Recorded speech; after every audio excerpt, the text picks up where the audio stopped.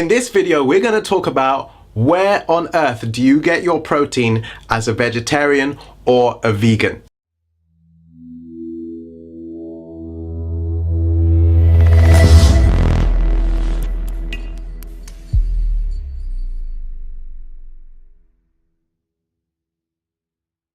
The Epic Life TV, your home for mastery of habits which create your epic life and business. Hey, what's up, Epic Lifer? I'm Mr. O, and welcome to The Only Life Worth Living, the Epic Life TV. If it's your first time here, then you definitely want to check out our trailer and find out what the Epic Life is all about. Okay, so about a year ago, I decided that I was going to take the plunge and go from eating meat to a fully plant-based diet. And, you know, when I made that announcement, people were like, but Mr. O, where are you going to get your protein? And even now, people will ask me, you know, when I talk about a plant-based diet, that's a genuine concern a lot of people have. And I'm not mocking anybody for saying that, because I know that the people that were asking me were genuinely concerned. They wanted to know, you know, they wanted to make sure that, you know, their boy Mr. O had enough nutrition and a good amount of nutrition to make sure that he's healthy and can stay their friend for a long time. So nowadays, you know, people ask me, you know, where do you get your protein? You know, aren't you going to be lacking protein? Aren't you going to be deficient in protein? And my answer is I can either explain it, all right, and I will be doing that in this video, or sometimes I have a bit more of a crass way of answering it, and that is to just do this. Okay, I'm not taking my clothes off, don't be worried. Okay, but you know, as you can see here, do I look like I'm lacking protein to you? Do I look like I'm lacking in protein to you? But on a serious note, I know it actually is a genuine concern for people, because they see the benefits of having a plant-based diet and they're like, you know what, I want those benefits, but I'm just not kind of sure about the whole protein thing. So we're going to discuss that today, and hopefully that should put your mind at rest. If you're thinking about making that transition, hopefully this video will be very helpful to you. Okay, so here's the deal with proteins, right? What you really need is a complete set of proteins in your body, right? And there are 20 that you need, okay? Okay, now typically, just by the resources in our bodies, all right, we have about 11 proteins that are there, right? But there are 9 others that are not present that we need to actually get from elsewhere, all right, in order to have a complete set of proteins, all right? Give me a thumbs up if that makes sense. Now, most people get a complete set of proteins from eating meat. You can get complete proteins eating meat, right? So I'm not here bashing meat eaters. I'm just giving a truly objective point of view here, right? You can get complete proteins from meat. But what you have to understand is this: animals, okay, just like us, do not have the ability in and of themselves to produce protein, a complete set of proteins, all right? So the intelligent question to ask at this point is, so where do the animals get their protein from then? All right, if they are in fact not producing it, and if somehow when we eat meat, we get a complete set of proteins from them when we eat them. So where are they getting all 20 proteins necessary from? The answer is, ding ding, you guessed it, they get it from plants. All protein is made by plants. All protein is initially created by plants. All right, the 11 proteins that your body makes is because of plants that you ate, or the animal that you ate that protein, and therefore it was able to produce it, if that makes sense. So the actual complete set of protein that you actually got secondhand. So the truth is that you don't actually have to eat animal tissue in order for you to get a complete set of protein. And I've mentioned this in another video, all right? But the truth is that only plants have the ability to take nitrogen out of the air and break it down and create amino acids that are proteins. That's what proteins are. They are amino acids. Only plants have the ability to do that. We don't, and animals don't. So any protein you get from an animal is in fact a recycled protein. So for example, if you actually ate enough calories of brown rice and broccoli, you would get enough both of quality and quantity of protein, all right, without having to eat an excessive amount. So say you ate 2,000 calories worth of brown rice and broccoli, right? That would be 80 grams of complete protein. 80 grams, which by the way is way more than you actually need for your daily intake. So what plant-based foods have protein in it that are rich in proteins? There are so many to choose from, okay? You've got grains, you've got beans, you've got vegetables. They are loaded with protein. Soy, the soybean has a complete set of proteins, okay? The edamame bean, if you don't know what soy is, okay? Lentils, chickpeas, peanuts, almonds, cashews. Cashew nuts actually have a complete set of proteins. Spirulina, again, complete set of proteins. Quinoa, again, the same thing.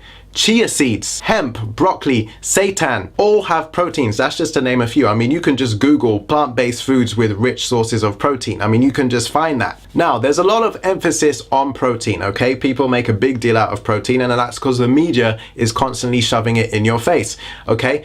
So the daily recommendation for protein for the average person, okay, now that obviously depends on how big you are as a person, whether you're male or female, all right? But on average, you're talking about 50 grams. All right, now the average person is eating about 100 grams of protein, so that's actually way more than you need, okay? So you don't need to be worried about not getting enough protein, okay? Now, here's what's more interesting, okay?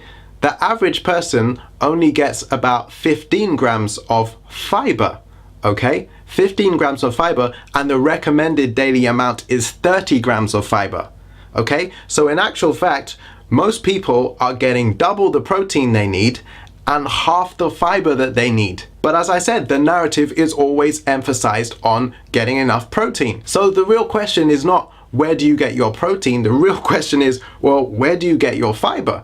Because that's what people are lacking these days, not protein. I mean, have you ever heard of someone going to the doctor and coming back and your friend says to you, you know, they sit you down and say, you know, I've got bad news, I'm protein deficient. You've never heard that, have you? Never, because people aren't protein deficient. But you hear about stuff like this though. You hear people say, oh, I'm deficient in all these minerals, all right? Iron, you know, vitamin C or whatever, you know, all the minerals and vitamins. That's what people are typically deficient in, all of which are found in plants. Now, what's interesting to know, you would think that, you know, the way that people talk about how much protein you need, you would think that, you know, babies growing up need lots of protein, right, in order to actually grow and be healthy and strong. Okay, well, let's look at that. Did you know that breast milk, okay, I'm talking about human breast milk, has per 100 grams, per every 100 grams, has 1 gram of protein in it, okay?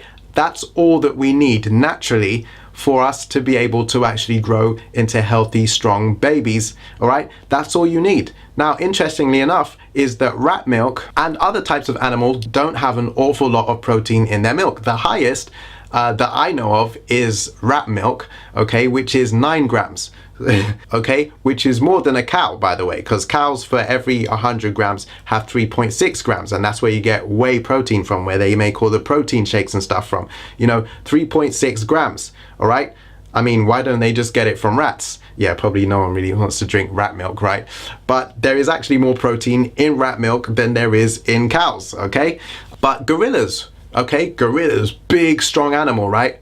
Guess how much their milk has? 1.4 grams per 100 grams of protein. Donkeys, 1.8 grams of protein. Cats, I think, have like 9 grams of protein. So you don't need as much protein as people are making out. I know a lot of people that are bodybuilders and they're like, you know, I need to get my protein, you know, I need to build muscle, you know, and the health and fitness industry are making a fortune of selling protein shakes, all right, whey protein, you know, and the truth is that you can get enough from your food. You don't need to supplement it with the protein, all right? And by the way, it is supposed to be just a supplement. That's why it's called a supplement, meaning if you're not getting enough from your food, then you can add some as a top up. But people are like drinking this stuff every day. It's funny, you know, you go to a gym. I actually work out at home, but you know, you go to a gym and it's like people have got their protein shake just like there ready, like, so they do their set and they're like, you know, pumping the weight, and it's like as soon as they finish, they put the weight down and like, you know, so it's like they have to get that protein in. It's like if they don't get protein into that muscle within a second of doing a workout, they're gonna die, kind of thing. And it's like, it's just not true, right? In fact, sometimes I'll work out and then it might not be an hour before I eat something after that. it's fine. I'm not losing muscle mass. I'm gaining muscle. I'm getting stronger. I'm actually stronger now on plant food, on a plant-based diet than I was when I was eating meat, funny enough. So, you know, you just don't have to worry about it. And all these protein shakes that are being promoted today, I mean, I took the protein shakes. I bought into that hype. I was drinking the protein shakes, all right? And, you know, I have to say, I didn't really notice a difference. In fact, I didn't notice any difference whatsoever. It was like, I was drinking this stuff, and I'm like, I'm not getting any bigger. I stopped drinking it. I didn't get any smaller. All right. But I'll tell you what happened. My bank balance went down because I'm like constantly paying for this stuff. And then I just stopped it. And I'm like, man, you know, so now I'm saving the money and I'm getting bigger and I'm getting stronger without having to spend all that money on shakes, right? Don't ever say you don't get helpful consumer advice here from Mr. O on the Epic Life TV. Come on now. But just think about it, right? You know, all the bodybuilders thinking, you know, I want to get strong. I want to get really strong. Think about the largest and strongest animals on the planet. Think about it, okay? Elephants, rhinos, gorillas. Would you pick a fight with a gorilla? I guarantee you, all the meatheads, all right, in the gym, chugging down their protein shakes, pumping those big weights. I guarantee you that if a gorilla tore into that gym and pointed out the biggest guy, that guy would run for the hills, okay? Ain't nobody trying to mess around with no gorilla. Gorillas are vegetarians. They are herbivores, okay? What about an elephant if it charged towards you, okay? People say, yeah, but you know, the lion's the king of the jungle. The lion is only the king of the jungle until the elephant gets upset, okay? In fact, how many lions does it take to take down one elephant? Okay, and if you see an elephant charging towards a lion, them lions is gonna run. They're out of there because they know they're in trouble. You don't mess around with an angry elephant, right? The omnivores know that. It's the animals that eat the vegetables that are the strongest. So if you're concerned about getting enough proteins and so on, the truth is that your absorption of nutrients is actually better on a plant-based diet anyway. When you're having the meat, you're actually inhibiting your body from being able to absorb nutrients properly because you're just clogging up your system with all kinds of cholesterol and all these horrible things, all the crap, pardon my vulgarity, that comes in with the meat, right? I'm talking about the steroids they pump it with, the antibiotics, you know, all the growth hormones and all the diseases that come with the animal and all of that. That's all getting into the food and you're ingesting that, all right? And the stress and the adrenaline that was pumping through the animal when it was being killed, you know, that goes into the bloodstream and you're actually taking that and eating that, right? So if you're concerned about going from eating meat to eating plants,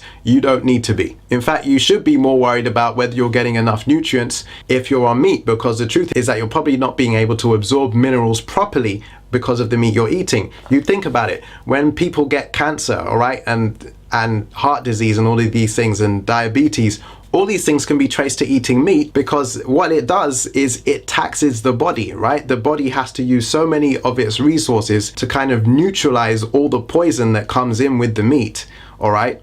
In order to actually keep you healthy and alive, all right? And so because those resources have been taxed over time, that's why people get sick, right? So if you're on a plant-based diet, you get all the benefits without any of the bad stuff. You know, the body's always trying to keep everything in balance, all right? And on a plant-based diet, it's easy, much easier to balance things. In fact, what I recommend you do is watch the video previous to this one, which was the acid and alkaline balance, how to eat your way to maximum energy, all right? There is a link in the description below, and I'm also gonna make it pop up above my head right about now. So you'll be able to watch that video directly after this one as well. All right, so that's it from me. If you've enjoyed it, give it a thumbs up. If you know someone that maybe you're trying to convince to change to a plant-based diet and they're giving you some issues because they're concerned about, I don't know whether I should eat that, whether I should do that or not, I don't know if I'm going to get the proteins, you can use this video to help explain to them that they don't actually have to be concerned about that. All right, so give it a thumbs up, share it with someone you know will benefit from it, leave me a comment below if you have any questions, and subscribe if you haven't already. The next video we're going to be talking about fat. Sometimes people are worried about, am I going to get my omega-3s? Am I going to get all of these things?